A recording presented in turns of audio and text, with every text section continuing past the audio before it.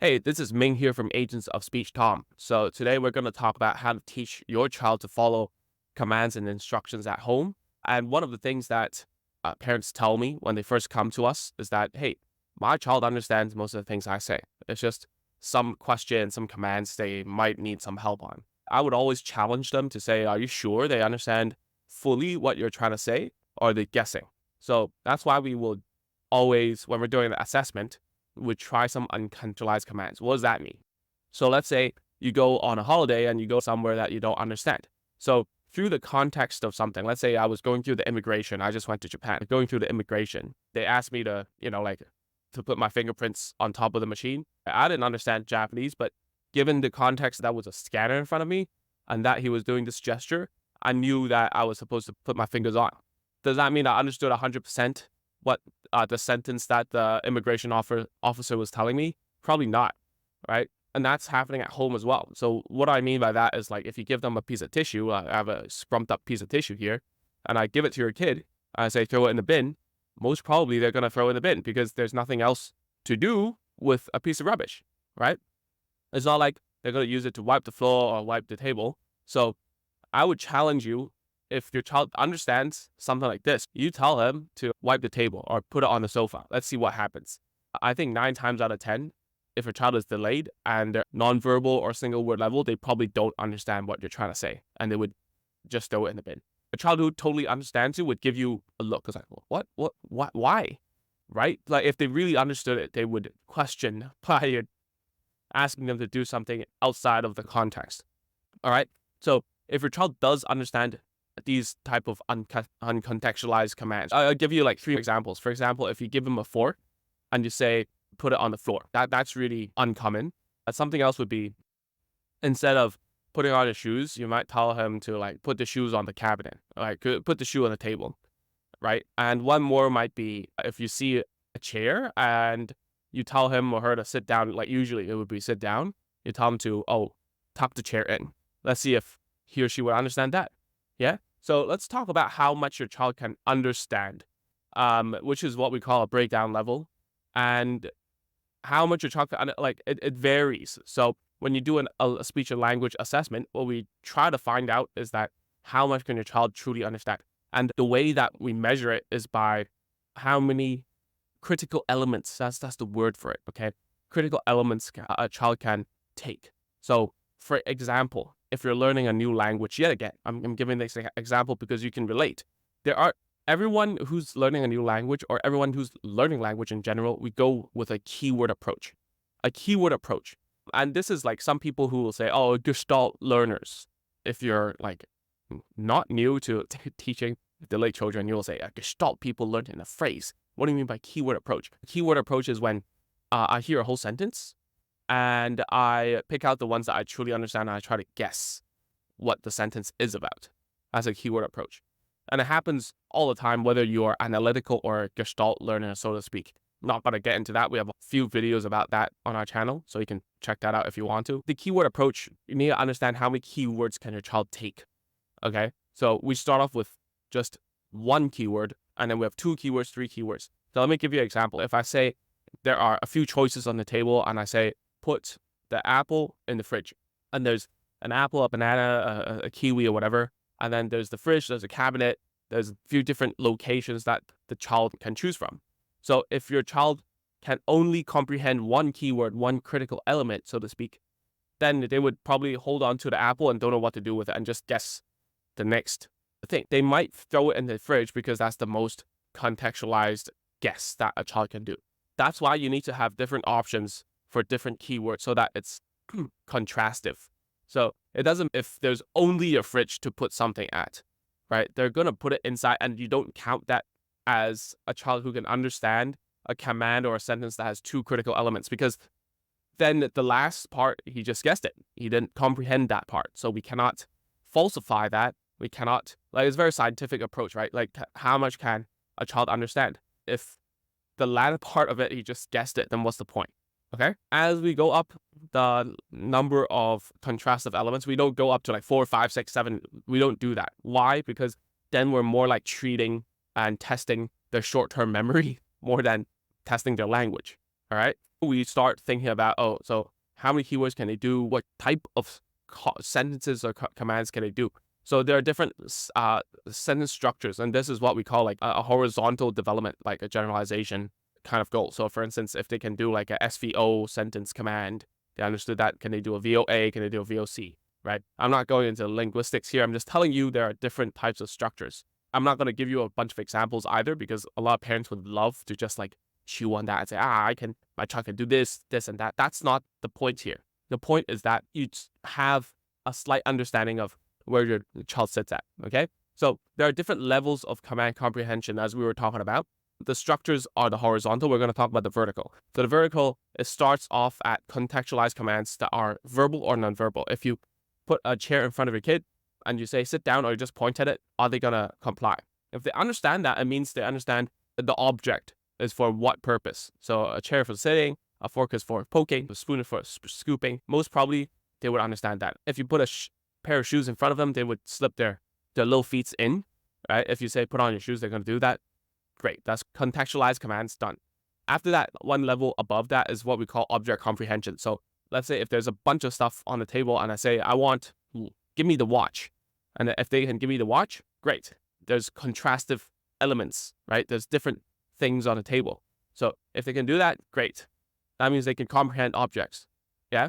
And then one level up is what we just talked about, is where like the uncontextualized commands, that can be a sentence, and it could be just one thing inside, the one keyword that they needed to understand. So if I give them a piece of tissue and say, put on sofa, right? Put it on the sofa.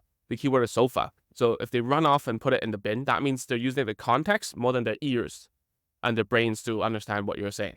And after that, we'll go into the sentence structures that we were talking about.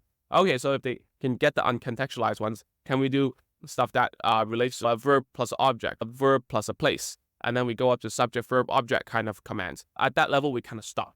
And obviously, there are different types of commands that we do. There's like 1-step command, 2-step command, 3-step commands. So step just means there's like a time element, which is you do this first and then you do this and then last you do this. And usually we only go up to 3-step commands. Yet again, if we're doing more steps than that, that's kind of crazy, because then we're trying to teach and train their short-term memory. So not the best idea, because you'll just frustrate yourself because you kind of forgot what you wanted to say. Like if we do first put the cup on the table and then roll on the floor and last turn around or something, you'll forget. Trust me, I've tried that before. The step commands are good only because we want to get a child school ready, because it's very functional that we tell inside of a kindergarten, the teachers will say, okay, first wash your hands and then do this and then do that. Or in a PE lesson, the PE teacher would say, first go through the hoops and then jump over the whatever and last roll on the floor, whatever, right? So they need to have an understanding of what we call temporal concepts, like first, next, and last, which are like stepwise. Now you understand there's different levels of a command comprehension. Okay, how do we teach? We finally got to that point. So it depends on what types of which level your child is at. That's why I went through it. So if we're talking about a child who is nonverbal and we're trying to teach certain instructions or commands at home, it's better not to point. Why? Because a child who is learning to comprehend with their ears will start thinking like, will be looking around. And you can see it in their eyes. If they truly want to understand you, they'll be looking at your eyes, where they're looking at how you're faced, what type of gestures you're doing. Pointing is not good because it removes the element where they truly have to listen. So what we want to lean upon is physical prompts, which are pushing them towards the way that's correct.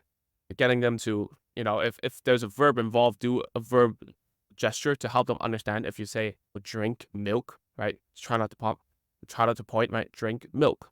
Okay, drink milk. Then they drink it, right? Or physical prompts is that you just physically help them, which helps them because and you might ask, right? Well, what's the difference then? The difference is that when you say the word and you push them and you help their hands to do something, it links up the actions with the words. Whereas after you say something and you are pointing, it becomes prompt dependent, because it's very difficult to fade out a point. A lot of speech therapists on the internet will say, stop prompting, kids are prompt dependent. Well, that's because you need to use prompts in a way that is fadeable, that you can get rid of. Okay? How do you fade out a point? It's very hard because like you're gonna use your pinky or something. That's impossible. What you use instead is a physical prompt. So in the beginning, you help them 100%, and then maybe you just help 75%, and then 50%, and then you just push them a little bit. So then it's fadeable. Okay? So that's what you need to understand when you're trying to teach your child anything. All prompts and cues need to be faded out. Okay? So gestures as well. You can gesture it and then do a small gesture and then ask them, okay, what did you hear? Can you gesture it out yourself? So it becomes a self prompt. So always think about how can you fade it out or make it internalize that prompt and cue. So these are very high level understandings about this. So if you do get it, do understand this, you can teach your child anything. Okay? So you prompt, you physically prompt and you gesture out. The next thing I want to talk about is after you give an instruction or a command, you need to prompt immediately, because if you don't, then it just becomes background noise to your child. So many times when a child doesn't understand what the heck you're saying, what they would do is just ignore you. So when they ignore you, then what does that mean? It means whatever you say, mom or dad, I don't need to listen. I don't need to care, because you say it and then you give up. There's no consequence. That's why after you say something, enforce it. Okay? Enforce it and then reward. If you don't enforce it, it becomes one of those like public announcements that you go on the subway or whatever, like the MTR, MRT, whatever, wherever you are in the world, whatever it's called. And then you hear those announcements that mean nothing to you, because at the end of the day, it doesn't affect your life. So why should you care? So different from a fire alarm that rings and then you must go, or else people will start coming to you and pulling you out. That's the same as giving a command that you want your child to learn. You have to enforce and prompt that immediately. And once they do it, you can reward them by praising or giving them something that is of value. The thing about enforcing it is that a command is easy to enforce because all you got to do is to take your hand and do the action by itself.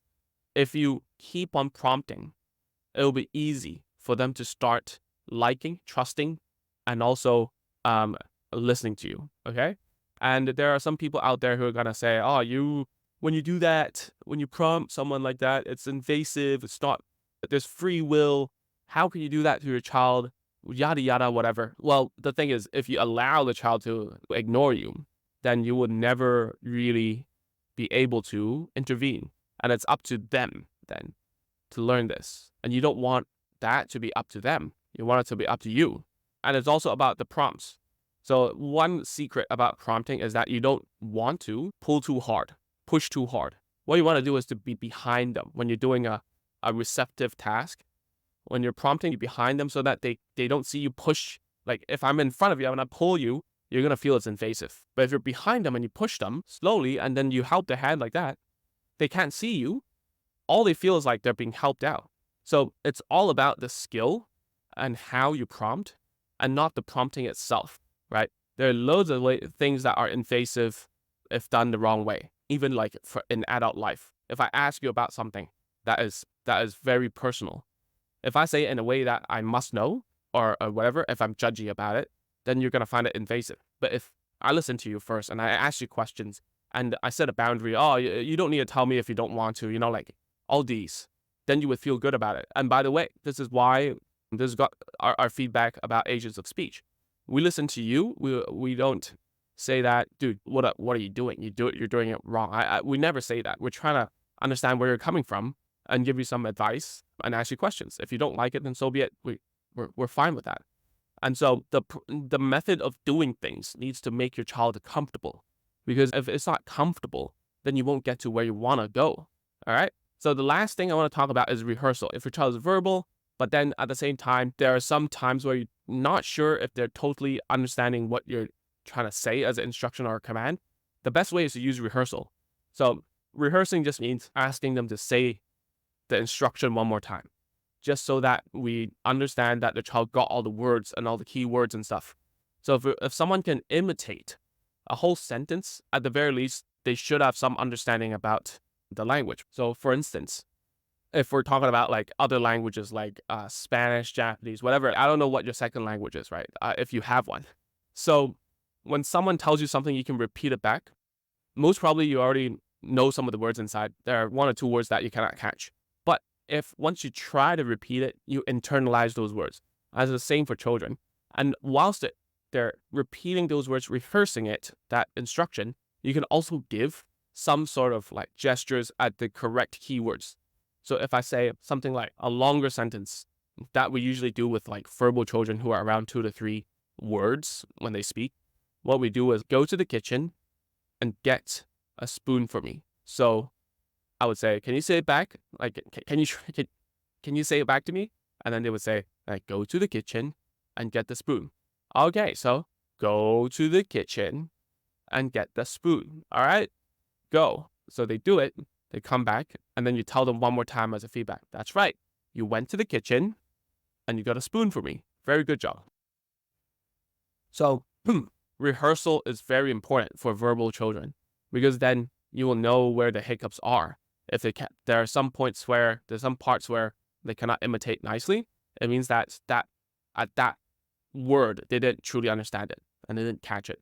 So it's better than giving an instruction that feels like it goes into a black hole. There's some sort of thing that echoes back and you'll know, oh, so these are the parts where I need to prompt more, maybe with a gesture or whatever. That's how you do it. There's a lot more nuances to this, and I don't want this video to be longer than it should be. We have, obviously, instructions and commands aren't the main thing that we usually teach children in terms of receptive. We start with that because it helps with going to school and having schools accept children into mainstream, because last thing you want a child to be in a classroom is that they are not taking instructions or commands. And so we need to eliminate the fact that children cannot understand something and the only thing we're dealing with is behavior or whether they want to deal with like do the instruction. Then it'll be much easier for the teachers there to at least have a starting point. Okay, so that's it for this video. If you really want to learn more about how to teach children to speak, to follow instructions, to answer questions, you can go to www.agentsofspeech.com/course. We have free courses on all the way up to sentence level and above for children who are speech and language delayed. So that's all for today. I hope to see you next week. Have a good one. Bye-bye.